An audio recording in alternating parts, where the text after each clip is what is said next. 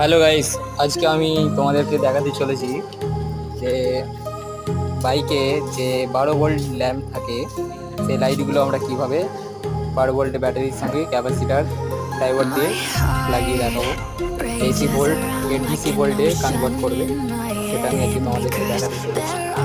ঠিক আছে, ভিডিওটা যদি অবশ্যই ভালো লাগে তো অবশ্যই লাইক শেয়ার কমেন্ট করবে। আশা করছি তোমাদের ভিডিওটা অবশ্যই ভালো লাগে। ধন্যবাদ দেখার জন্য।